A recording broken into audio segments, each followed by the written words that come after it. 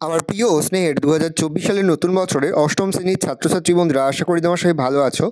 আজ আমরা যে বিষয়টি নিয়ে আলোচনা করব অষ্টম শ্রেণীর থার্ড সেমেটিভ অর্থাৎ ফাইনাল পরীক্ষার ইতিহাসের কোশ্চেন পেপার নিয়ে।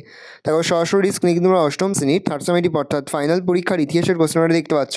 ফুল মার্কস তোমাদের হচ্ছে 70 আর সময় তোমাদের রয়েছে 2 ঘন্টা 30 মিনিট। একে দাগে রয়েছে সঠিক উত্তরটি বেছে লেখো। প্রতিটি প্রশ্নের মান রয়েছে 1 করে 1 × 12 = 12।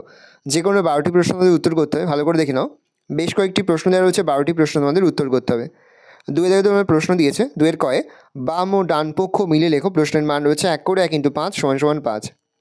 ক্ষয় দাগে রয়েছে সত্য মিথ্যা নির্ণয় করো। প্রশ্নের মান রয়েছে 1 করে 1 × 5 = 5। 3 দাগে রয়েছে এক কথায় উত্তর দাও। প্রশ্নের মান রয়েছে 1 করে 1 × 7 = 7। 4 দাগে রয়েছে নিচে যে কোনো 7টি প্রশ্ন উত্তর দাও। প্রশ্নের মান রয়েছে 2 করে 2 × 7 = 14। 5 দাগে রয়েছে নিচের প্রশ্নগুলির সংক্ষিপ্ত উত্তর দাও। প্রশ্নের মান রয়েছে 3 করে 3 × 4 = 12। ভারতের সংবিধানে ধর্মনিরপেক্ষতার আদর্শ কেন গ্রহণ করা হয়েছে? ক্যাবিনেট মিশন কি? ভারতের ওপর প্রথম বিশ্বযুদ্ধের প্রভাব আলোচনা করো। ইলবার্ট বিল বিতর্ক কেন দেখা দিয়েছিল?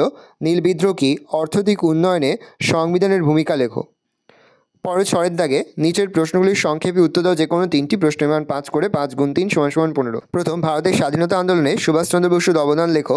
পশ্চিমবঙ্গের পঞ্চায়েত ব্যবস্থার বিবরণ দাও। সমাজ সংস্কারক হিসাবে রাজা রামমোহন রায়ের অবদান সম্পর্কে জানানো লেখো। অহিংস অসহযোগ আন্দোলনের বৈশিষ্ট্য কী ছিল?